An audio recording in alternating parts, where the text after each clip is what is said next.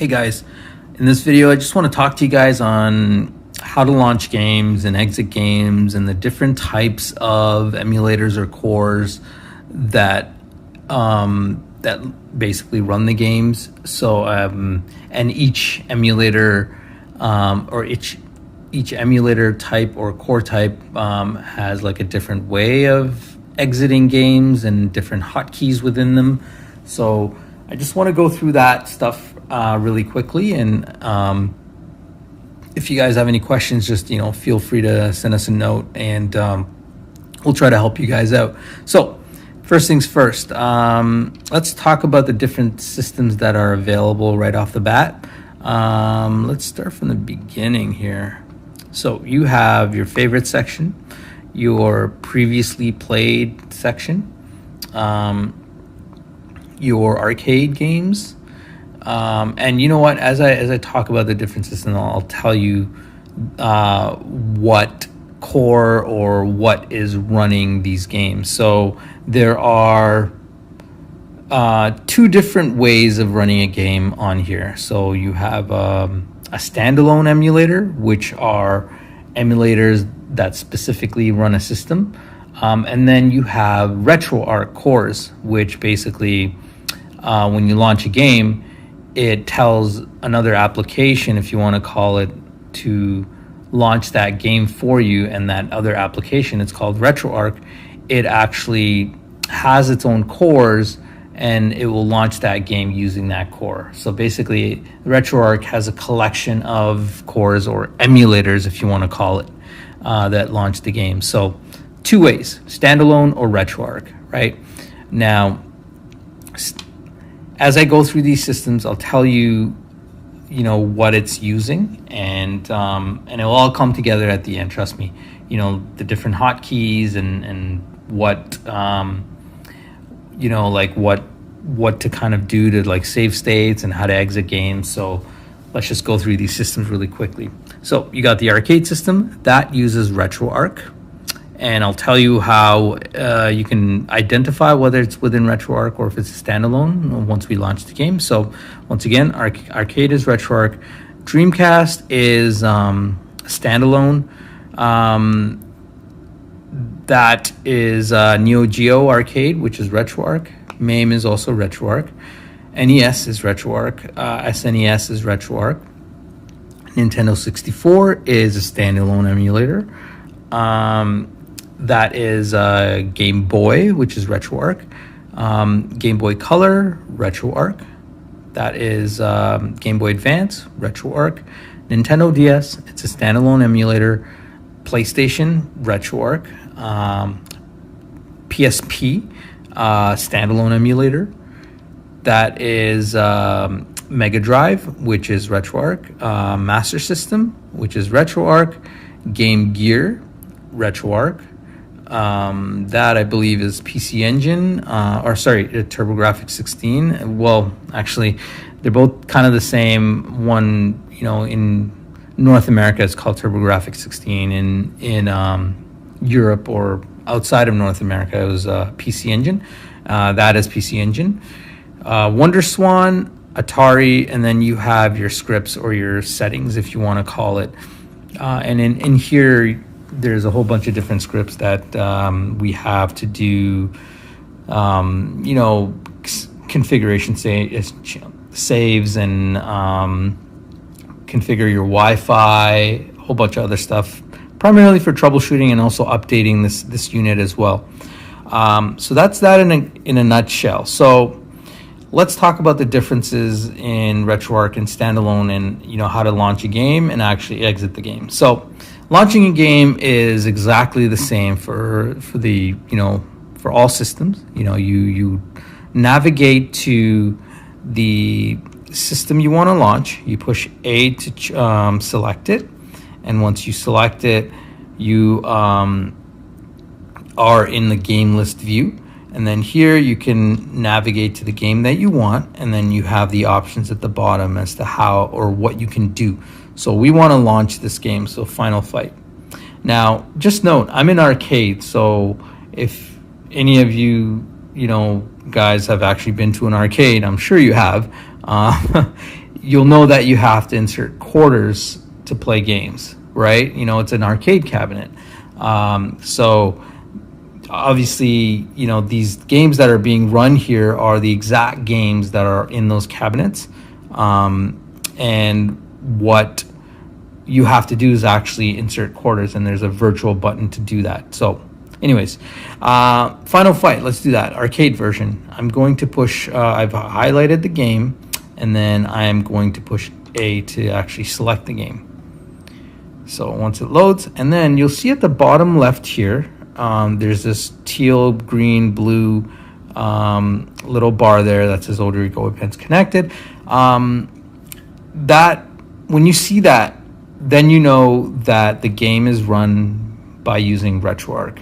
And when the game is run by using RetroArch, this button here is your RetroArch hotkey. And with this button here, by holding it down, you activate secondary buttons, and those buttons allow you to save state, you know, fast forward, rewind, exit this game as well, and back to the main menu. So it's important to remember that button, which is the F5 button.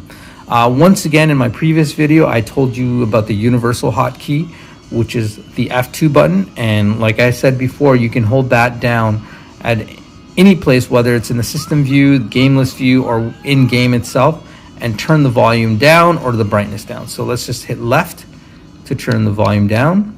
And this time you won't notice an indicator, but it is going down. You can definitely hear it. I'm going to push right to increase the volume up.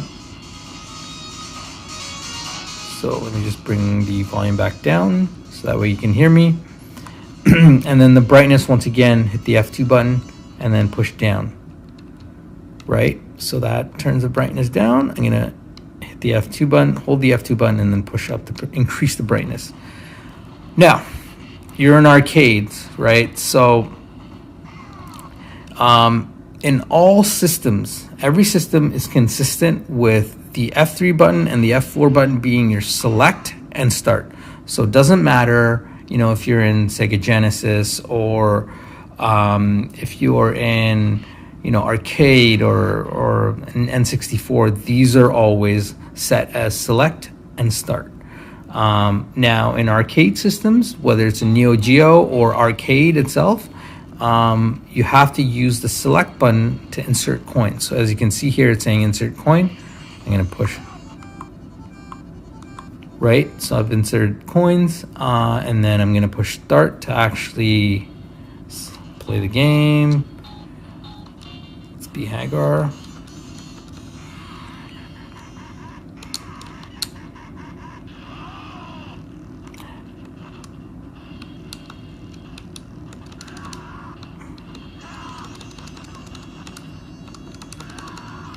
Love this game.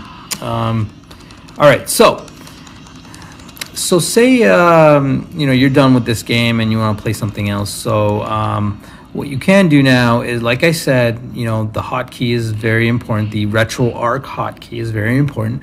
I'm gonna hold the F5 button. So I'll hold it with this. I'll hold the F5 button and then press F6, and you'll see press it again to quit.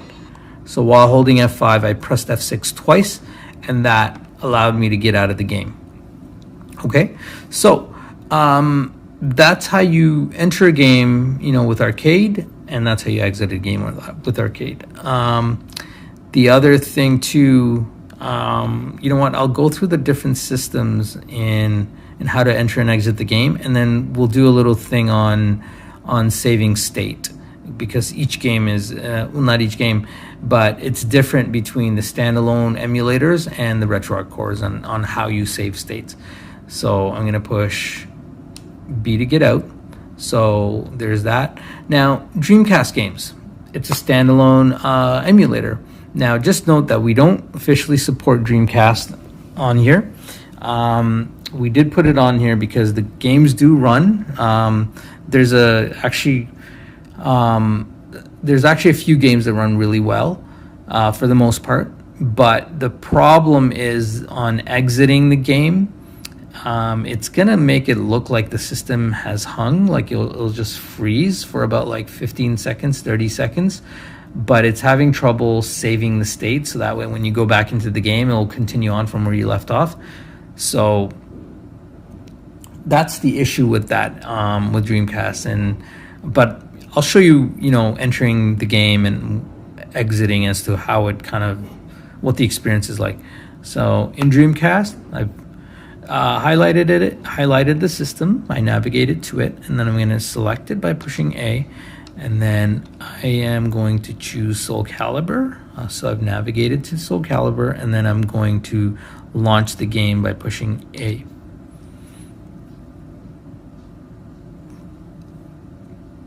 So this is a console game. Obviously, you don't need quarters. But once again, select and start, F3 and F4 are consistent with all the other games. And with Dreamcast, it's, as I said, we don't support it. It is a tougher system to emulate, but the games do run fairly well. And feel free to add more if you like, but use at your own discretion. So let's just go to arcade really quick.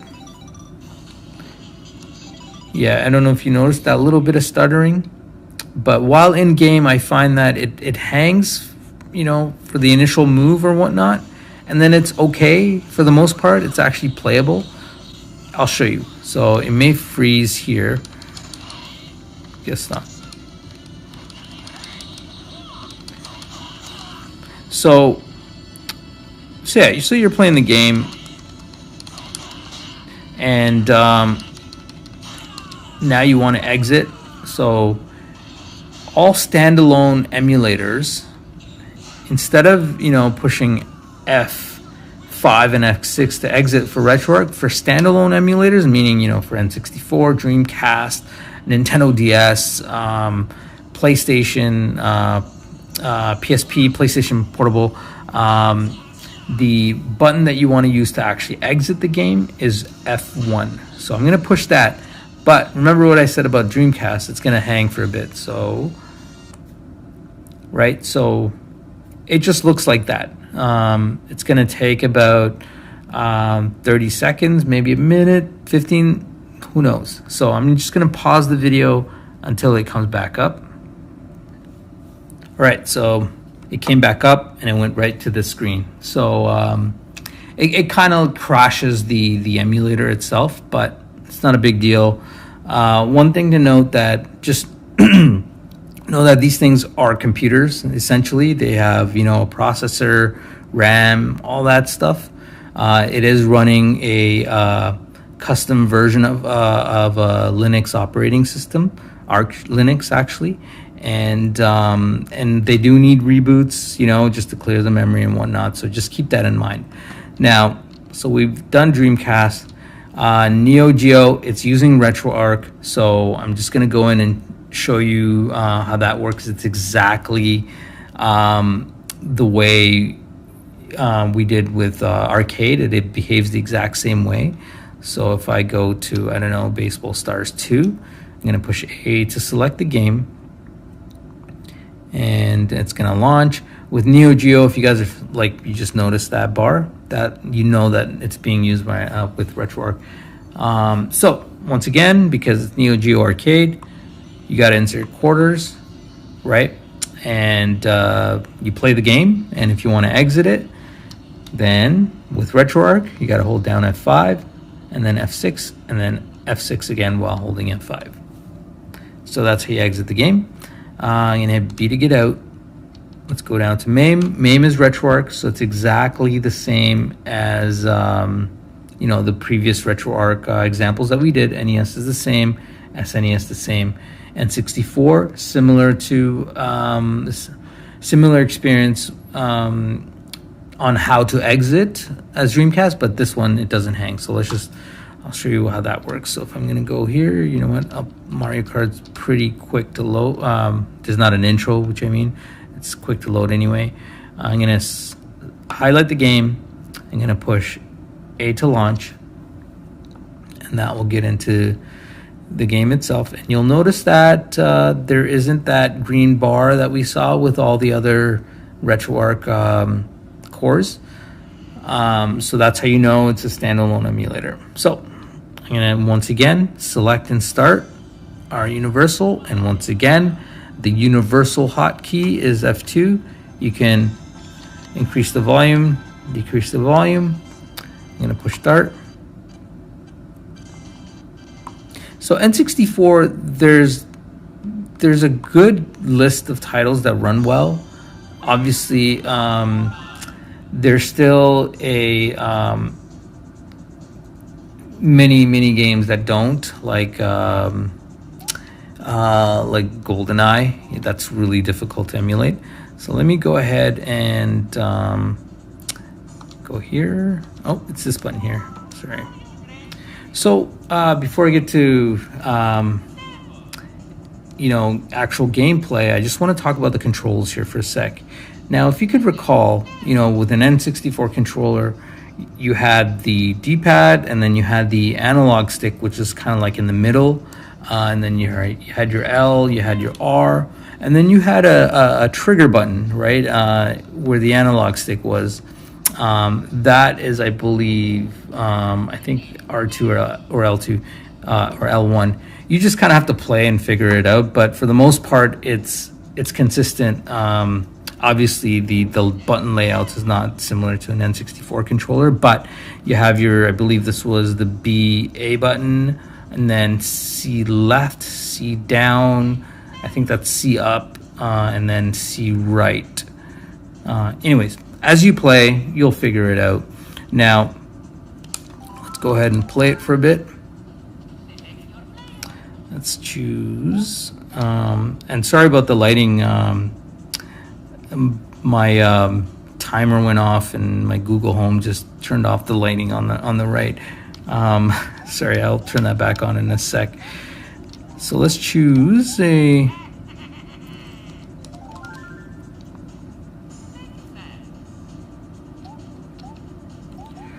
Let's go here. Hey Google, turn on the light.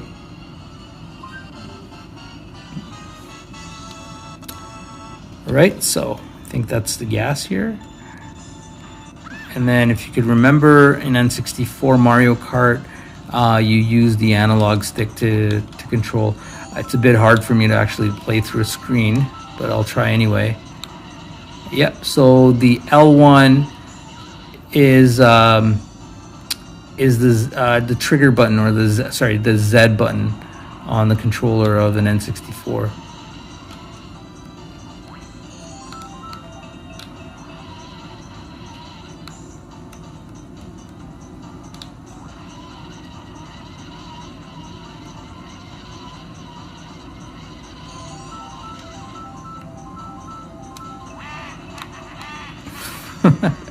All right, enough of that. So, just like, so with N64, I don't think there are any save states, but because with consoles, specifically consoles, with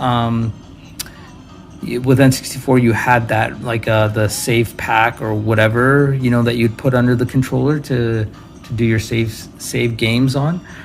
So there aren't any save states, but in order to exit the game, just like Dreamcast, because it's a standalone emulator, you push the F1 to get out. So let's do that. And unlike Dreamcast, it actually exits properly. So that's how you launch N64. I'm going to hit B to get out once again. And then, so Game Boy is RetroArch. So it's very similar to how, Arcade or Neo Geo launches its systems or its games. But I'm going to go in here and actually show you something here. So while you're in this view, you can actually push the R and L button to navigate between the systems. Remember in the previous video I said R2 and L2 is to page down and page up. Well, R and L is to basically toggle between the different systems. So just so you know. So Game Boy Color, let me go back. That also uses RetroArch. Game Boy Advance, RetroArch. Nintendo DS, it is a standalone emulator, and you're probably wondering, how in the hell do you play Nintendo DS on this thing? So let's do that. I'm going to push A to select the the system here. Let's play something. You know what? Let's do Mario Kart because it utilizes, you know, both the top and bottom screen. So I'm not very comfortable, I should say, you know, with the screen layout, but it does work. It plays. But yeah, if you're a hardcore DS fan, this will do it. Trust me. So the analog stick, it acts kind of like a virtual finger.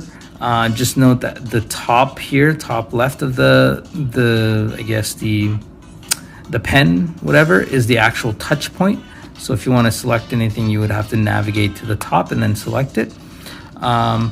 Now, the buttons down here, the F buttons, I believe it's these three.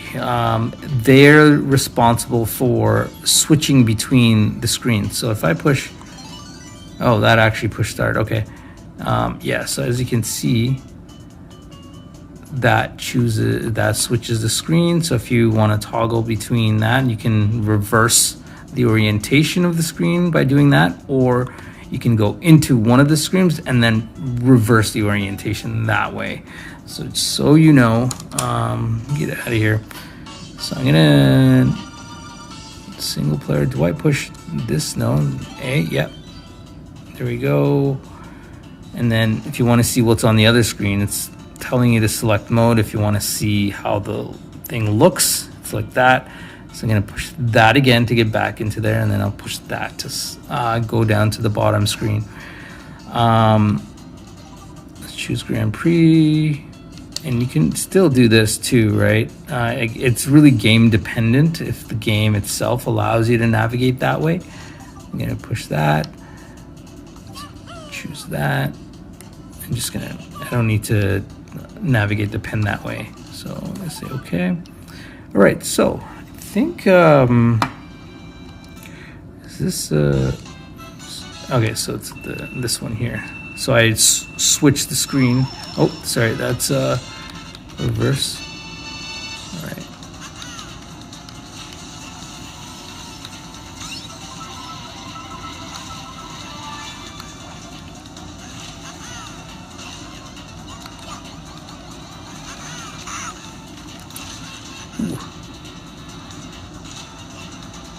So once again, it's a standalone emulator, and as I said before, with standalone emulators, to exit the system, you have to push the F1 button. So similar to N64 and Dreamcast, to get out is that. But before I get out, in DS, the other button that you kind of want to focus on here is this button here.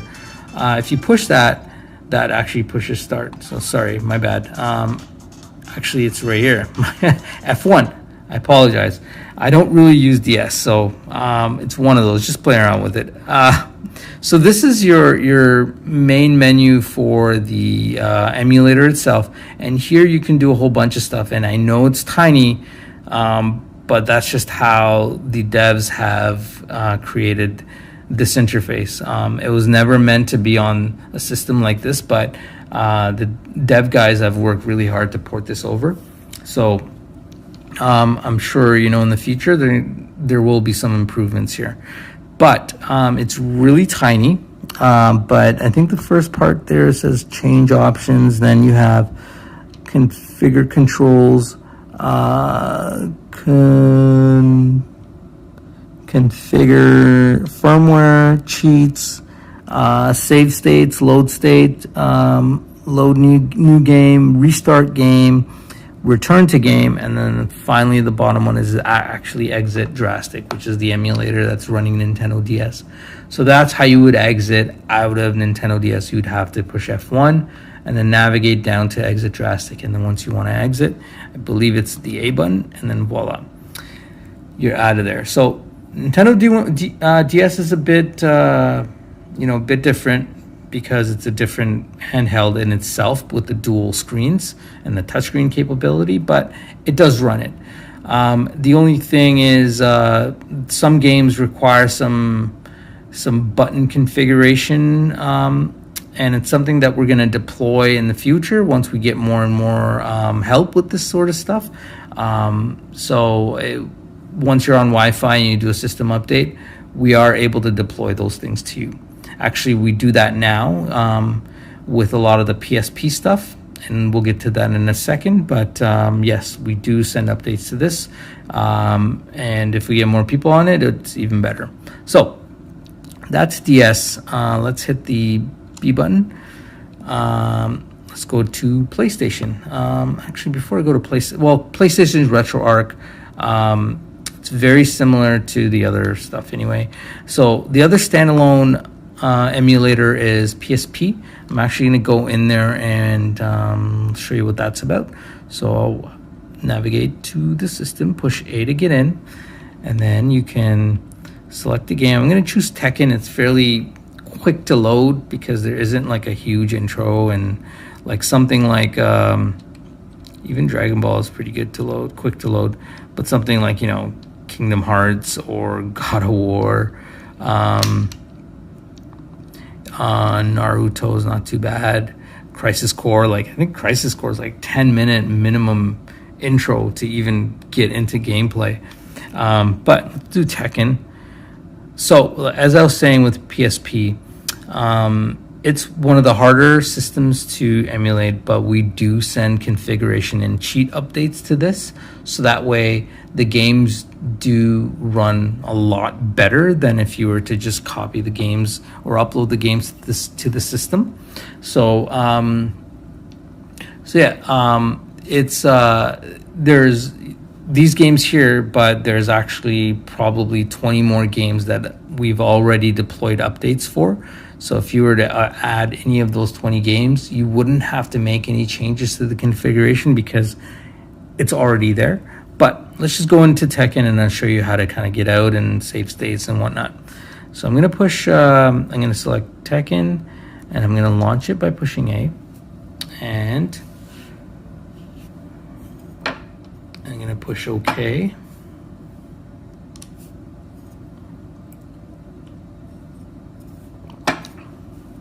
Let's just wait for it to load.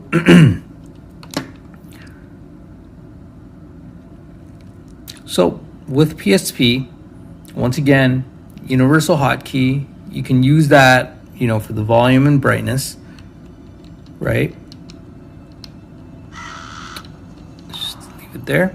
Now, once again, select and start as with all the other systems.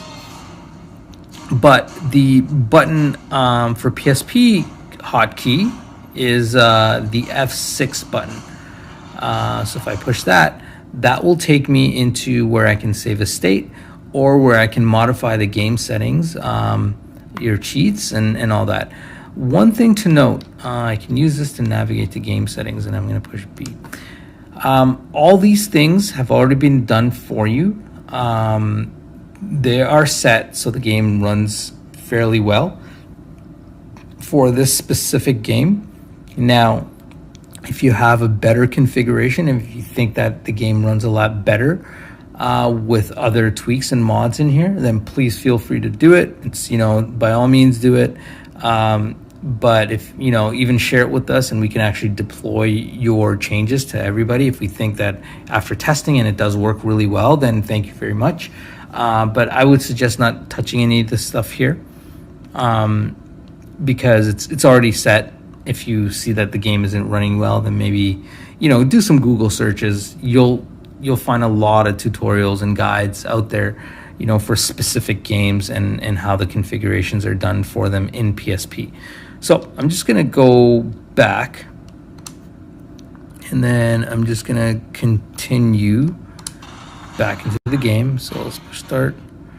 So once again, PSP is one of the harder systems to emulate on this. It does require a lot of resources. Sure, player one. Just gonna push A. I noticed that with PSP, like the first move, just go down to practice. The first move kind of hangs for like a, good 10, 15 seconds. Not 10, like good second or two. So just gonna keep pushing. I'm not a Tekken guy. I'm actually a Street Fighter guy. I don't play a lot of Tekken, but let's play this for a bit. So you use that, and then you can use that to navigate up, down. Okay. Yeah, so there it is. Let's see how long that takes so like good 2 seconds. But I find that for the most part, it doesn't do it. And you'll see a little stutter here and there, but it's actually quite playable. All right, so that's that. Now you can exit by pushing the F6 button and then going to exit to main menu. Let's do that, and then that'll actually exit the game, and you're in the actual PSP emulator, and then you can navigate to exit here and then exit that way, or like I said before, the F1 button is used to actually exit the entire emulator itself. So let's do that, and voila. So that's how you enter and exit out of a PSP game. I'm gonna hit B to get out. So let's do quick guide on save states, and you're playing. Actually, let me just make sure that there aren't any other systems that run a standalone core, or standalone emulator. Okay, no. So let's do a game where you want to utilize save states. So like anything with Nintendo DS, you saw how to get into that main menu, and you can like save state and load state. You saw in PSP how to get into that main menu and save state and load state. Well, I didn't actually show you, but it's pretty self-explanatory. You save a state, and then you would do the same thing to load a state. Now, N64, there isn't one. The Dreamcast, there isn't one. So, but anything in RetroArch, so all the other systems that I did not mention yet, or I mentioned earlier, but like Super Nintendo and NES, all these other systems that use RetroArch, the process to save a state and load the save state is exactly the same. So let's do Super Mario World. I think that's probably I'm gonna once again do a search by pushing F1. I'm gonna jump to Super Mario World. Because it's a side scroll game, it's probably much easier for me to show you the example.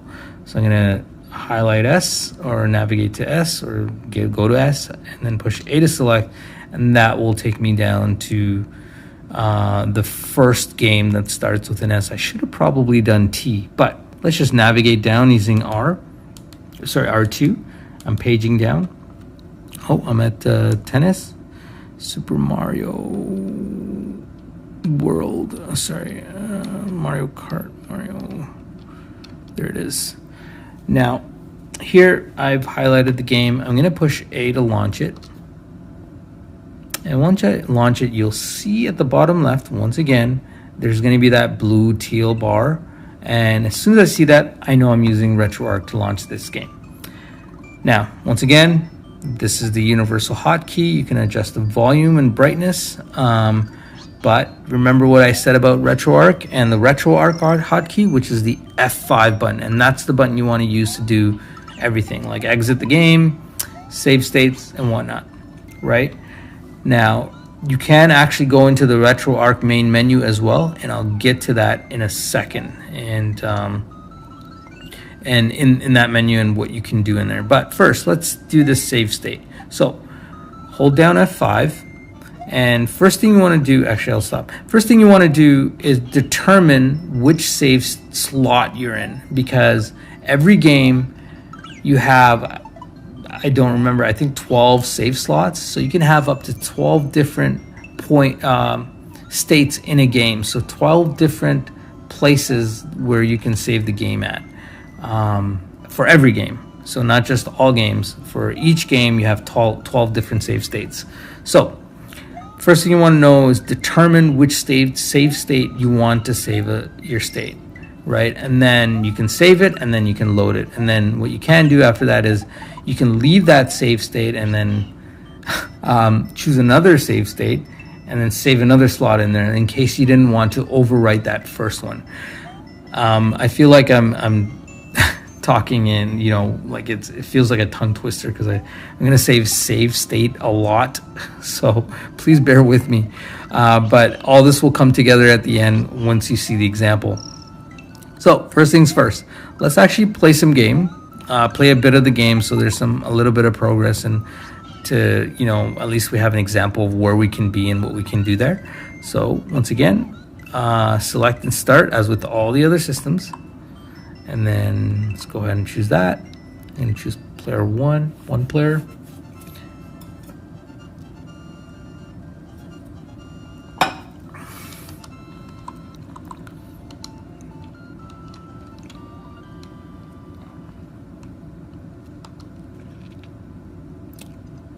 All right, so let's go to the right. I'm just gonna go to Yoshi's Island here. Now, let's play a little bit of the game. Sorry, it's hard playing through a screen here. Oop. And there's...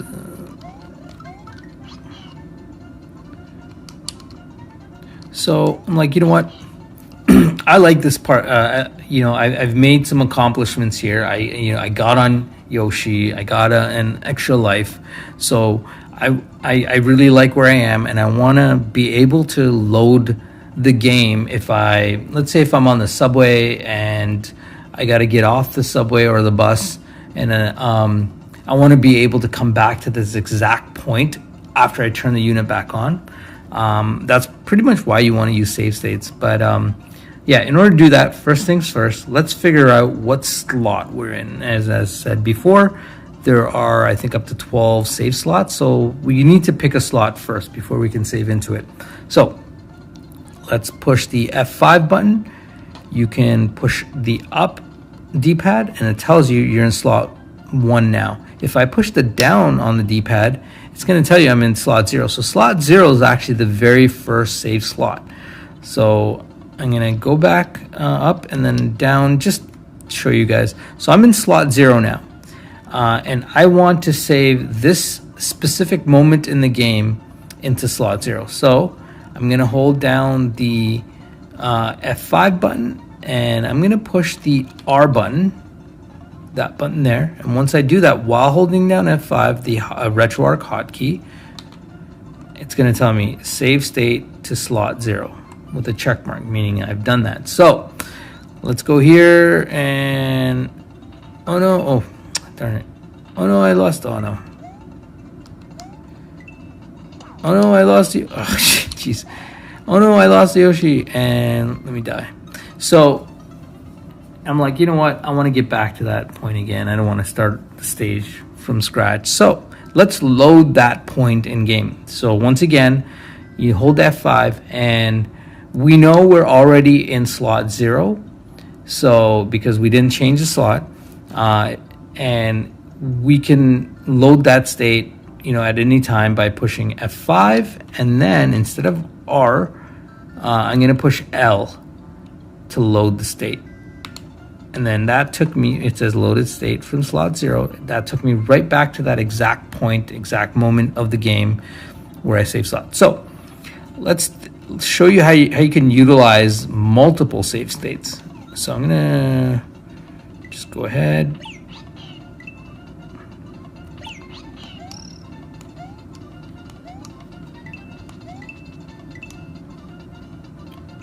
All right, so I'm like, you know what? I like that I got the extra life again. I want to be able to continue from here as well. So what you can do now, but you don't want to overwrite the save state that you have already in slot 0. And remember, we're in slot 0 right now. So if you hold down F5 and press R, it'll overwrite that previous state. But I want to actually keep that slot or keep that save state, but I want a new save state. So what you want to do is select another slot. Now I'm going to push F5, and then if I push up, now I'm in slot 1, right? So this slot, as far as we know, we don't really have anything loaded in this slot.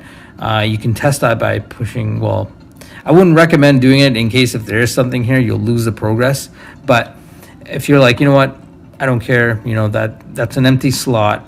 I want this moment in time in this game to start in that slot. So let's hold down F5, and once again, press R to save state, right? So save state to slot 1 this time. Now I'm going to continue on, and I'm like, you know what?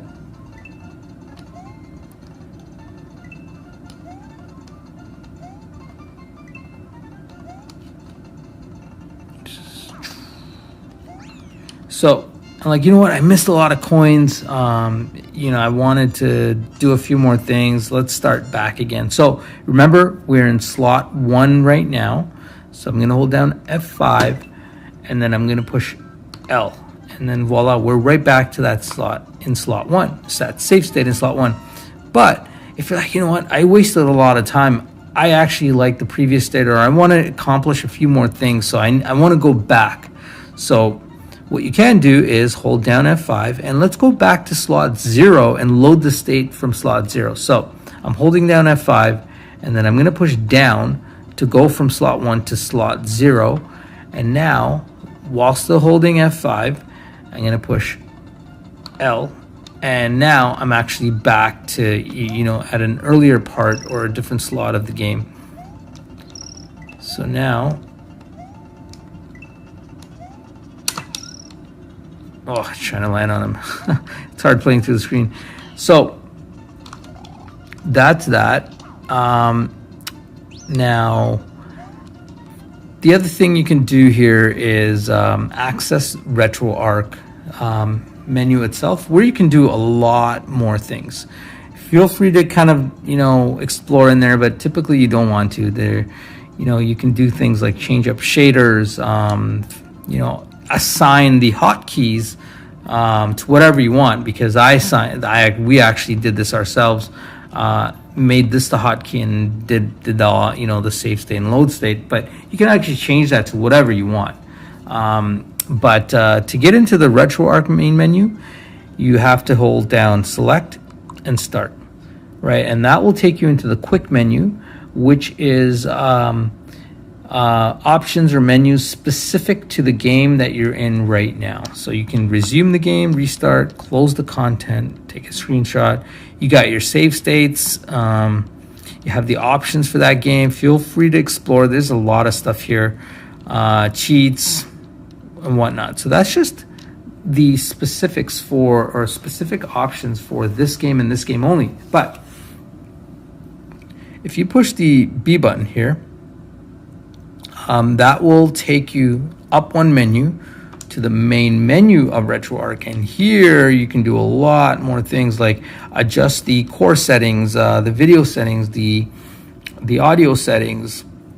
You can connect to you can host this game on NetPlay and connect with someone on NetPlay remotely. So you would want to use the start select button mainly to do NetPlay. I would recommend it, but I mean, if you're familiar with this stuff, then by all means, if you think like you can make the configuration better or gameplay better, then please actually share with us. We'd like to kind of spread the love and have everybody kind of experience the same thing you can. So if you're familiar with it, then by all means, go for it.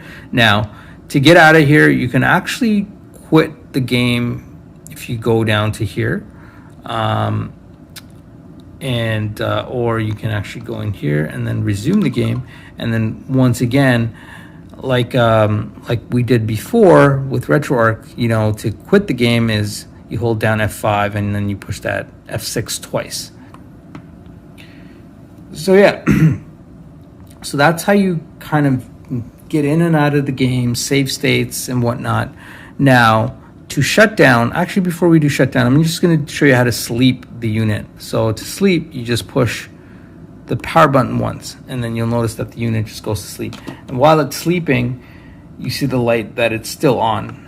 It doesn't take a lot of battery. It's not that bad, actually. You can leave it in sleep mode. But just note, like I said, this is a computer.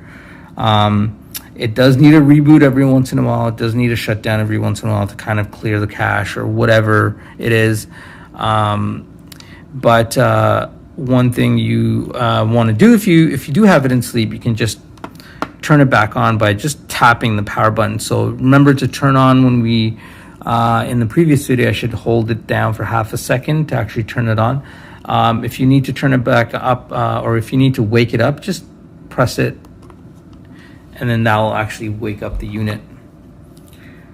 And this actually works while you're in game, so you can be in the middle of a game and then put it to sleep and then come back up, and it actually continues the game from where you were.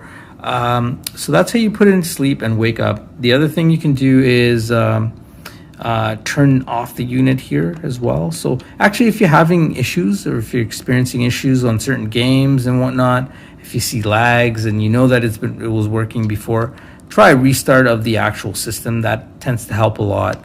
But here you can just shut down as well. So I'm going to push A to shut down, and then yes again to shut down. So I hope that was helpful.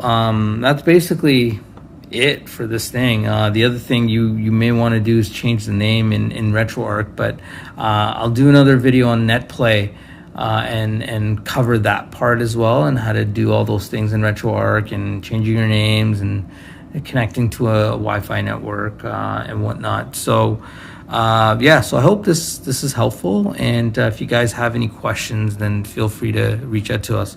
By the way, this layout and button configuration is just something that I did as you know, kind of like a custom thing. I have some Game Boy Pocket buttons that I'm using here.